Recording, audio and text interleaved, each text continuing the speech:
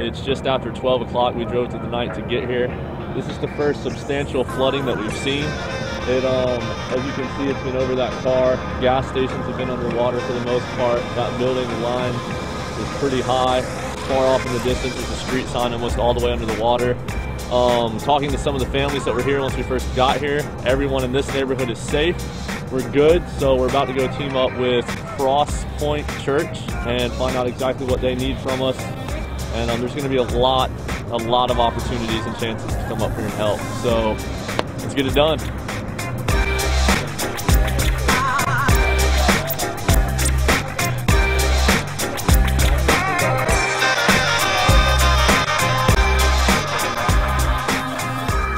This is, complete devastation here. It's crazy because it's like pockets. You have some areas that are completely fine, and then you have some that are completely devastated.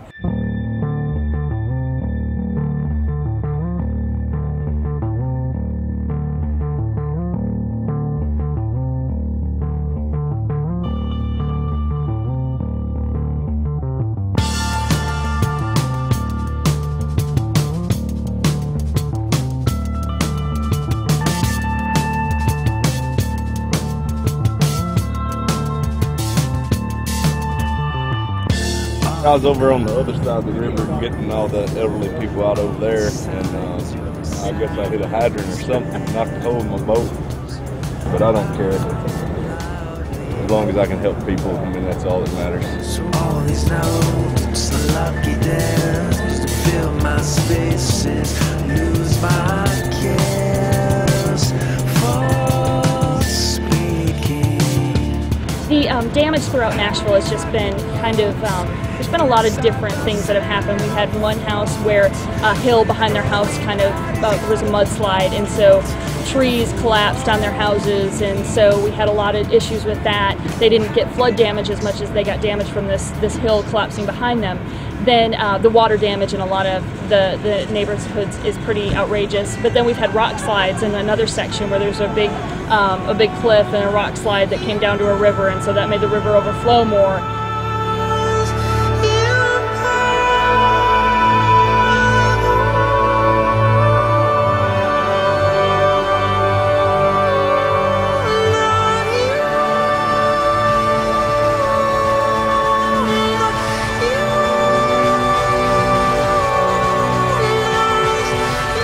We had one family working on a group of people working on a house for one family, and then the family next door came home, and the gentleman was blind, and he came home and he was starting to try to feel where all the things were in his house that he was used to, because he knows where everything is, and he just kept saying, this isn't here, this isn't here, this isn't here. And so our team just rallied with him and started helping him find all the things throughout his house and where they were supposed to be.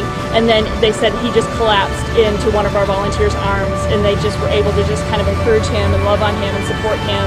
And then, in the stories of hope, there are people that you go there and you start helping them out, and their faces just light up because there's just that glimmer of somebody cares and somebody wants to help me and I'm not alone.